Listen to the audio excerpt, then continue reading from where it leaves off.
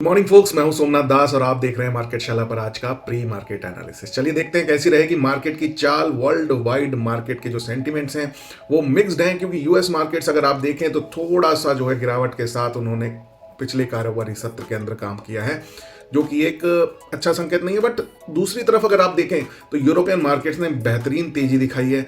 Asian markets थोड़ा सा mixed रहे हैं। हमारे इंडियन मार्केट्स में भी थोड़ी बहुत जो है कहीं ना कहीं स्टेबिलिटी दिखाई दी। दैट्स वाई मैं कहूँगा कि जो है मिक्स्ड काइंड ऑफ सेंटिमेंट्स हैं, और थोड़े बहुत जो हमें सेंटिमेंट्स क्रूड ऑयल और जो बॉन्ड यील्ड वगैरह की तरफ से जो अभी हम आगे देख रहे हैं, उनकी वजह से भी हमने इन सेंटिमेंट्स को एग्जैक्टली वन साइडेड रख पाना ठीक नहीं है। मिक्स्ड काइंड ऑफ सेंटिमेंट दिखाई दे रहे हैं। वॉलेटिलिटी इंडेक्स जो आपको दिखाई दे रहा है 15.46 के ऊपर बना हुआ है, यानी कि मार्केट में हलचल है। 15 के ऊपर जब तक है माने हलचल काफी रहेगी। वन साइडेड मूवमेंट जो है देख पाना थोड़ा डिफिकल्ट रहेगा। क्रूड ऑयल की अगर हम बात करें तो गिर के बंद हुआ है 77.96 के ऊपर, क्योंकि इजराइल और फिलिस्तीन के अंदर जो हमास के अंदर जो एक अभी पैचअप देखने को मिला है, उसकी वजह से थोड़ा सा जो है क्रूड ऑयल नीचे आए हैं, जो कि एक अच्छा साइन है इंडियन इकोनॉमी के पॉइंट ऑफ व्यू से। यूएस बॉन्ड यील्ड की बात करें तो काफी समय के बाद बैक टू बैक 2 दिन थोड़ा गिरा है, 4.61 के आसपास है, क्योंकि फेड से ये संकेत आ रहे हैं जो मार्च के अंदर रेट कट की एक संभावना है उसको पूरी तरीके से खारिज नहीं किया जा सकता।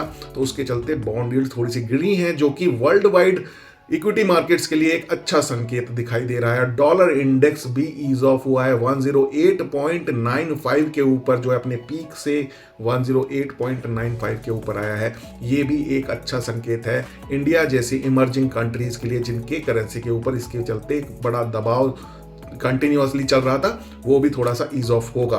पुट कॉल रेशो अपनी ओवरसोल्ड टेरिटरी के आसपास ही बना हुआ है 0.71 पे। This is also a good indication. सिर्फ यूएस मार्केट का एक थोड़ा सा प्रॉफिट बुकिंग का सेशन को अगर छोड़ दिया जाए तो बाकी संकेत जो है ओवरऑल अच्छे दिखाई दे रहे हैं। इस वजह से वर्ल्ड वाइड मार्केट का संकेत जो है हमने मिक्स्ड साइड पे रखा है। वंस अगेन मैं इस चीज को मेंशन कर रहा हूं। इंडियन मार्केट्स को अगर देखें तो वहां पे जो कल का हैंडओवर रहा है वो स्टेबल रहा है। बैक टू बैक लगातार तीसरे दिन higher high and higher low बनाया है, जिसकी वजह से एक स्टेबिलिटी तो दिखाई दे रही है, एक बेस फॉर्मेशन दिखाई दे रहा है। तो सेंटीमेंट को हमने न्यूट्रल साइड पे रखा है, क्योंकि बड़ा जो ट्रेंड है वो अभी भी डाउन साइड का ही है। और जिस तरीके की मार्केट में पूरा दिन एक्टिविटीज होती है, उससे एक वन साइडेड इतनी जबरदस्त स्ट्रेंथ नहीं दिखाई दे रही है अभी फिलहाल, कि जिसके चलते हम उसे एक स्ट्रॉन्ग सेंटीमेंट के साथ जो है कैरी कर सकें आज के लिए।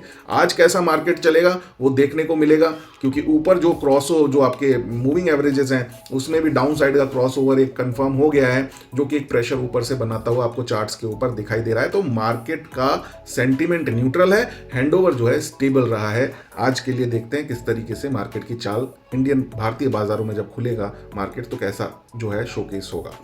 मार्केट एक्टिविटीज अगर देखें तो एफआईआईज जो एक सरदर्द बने हुए हैं कंटिन्यूअसली, कल भी उन्होंने एक बड़ी बिकवाली करी। 4341 करोड़ रुपए की बिकवाली कल एफआईआईज की तरफ से फिर हुई, जिसके अगेंस्ट में डोमेस्टिक इंस्टीट्यूशनल इन्वेस्टर्स ने 2928 करोड़ की खरीदारी करी। यानी कि बाकी का मोर्चा जो संभाला वो रिटेल इन्वेस्टर्स ने संभाला, जिसके चलते भारतीय बाजार कल ग्रीन जोन में बंद होने में कामयाब रहे। साथ ही साथ मिड कैप और स्मॉल कैप इंडेक्स ने भी बहुत बेहतरीन कारोबार किया, जिसके चलते मार्केट ब्रेड्थ आप देख रहे हैं पॉजिटिव है।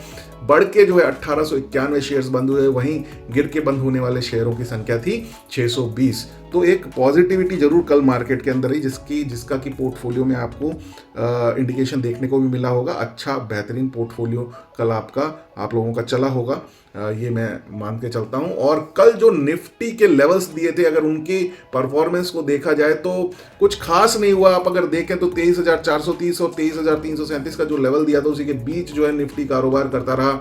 एक डबल जो है देखें टेस्टिंग जो है अराउंड 23,430 के आसपास हुई। वहां से सेकंड जब टेस्ट हुआ है और रिजेक्शन हुआ है, वहां से एक 70 पॉइंट के आसपास का शॉर्ट ट्रेड बन सकता था, लेकिन 70 points no loss no profit में ही कोई अगर बाहर निकल गया हो तो ही आई थिंक हो सकता है, क्योंकि उसके बाद बड़ी गिरावट जो है देखने को हमें नहीं मिली। और आज के जो निफ्टी के लेवल्स है तो हैंडओवर रहा है 23,406 के ऊपर, रुकावट आने के संकेत है 23,430, 23,500, 23,575 और सपोर्ट एरियाज रहेंगे 23,337, 22,722 के ऊपर।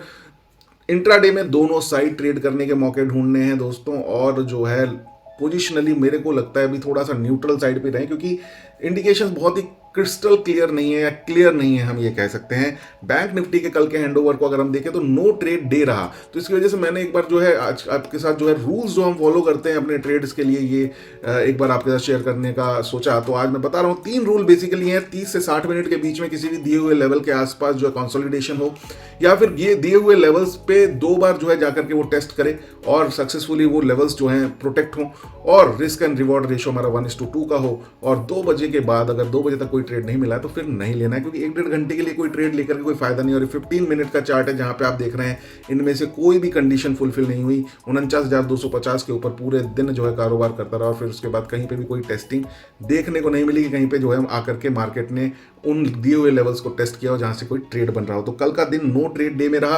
आज जो है बैंक निफ्टी का हैंडओवर मिला है हमें 49,443 के ऊपर, रुकावट आने के संकेत है 49,670, 49,981 और 50,372। सपोर्ट एरियाज रहेंगे 49,138, 48,886 और 48,789 के ऊपर। इंट्राडे में दोनों साइड ट्रेड करने के मौके ढूंढने हैं। पोजिशनली जो एक आपने 48,886 और 48,789 के बीच का एक स्टॉप लॉस लेकर के एक लॉन्ग पोजीशन बना रखी है, जब तक नहीं टूटता है उसको आप कैरी कर सकते हैं।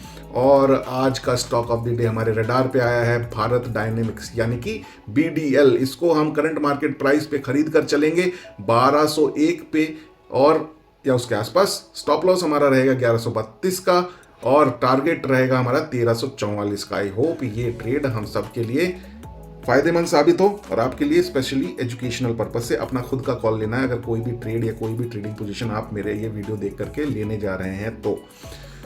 और अभी तक अगर markshala.com को विजिट करके हमारा नया blog on new crypto currency नहीं पढ़ा है, कार्डेनो द राइजिंग स्टार और क्रिप्टो और a risky bet for investors, क्या है कार्डेनो, ADA जिसका की सिंबल है, नहीं पढ़ा है तो अभी पढ़िए और अपना ज्ञान बढ़ाइए क्रिप्टो करेंसी के बारे में, और उसको अपने इन्वेस्टिंग पोर्टफोलियो का हिस्सा जिससे कि आप बना पाएं, ज्ञान बढ़े, फिर उसके बाद अपनी डिसीजन मेकिंग करें।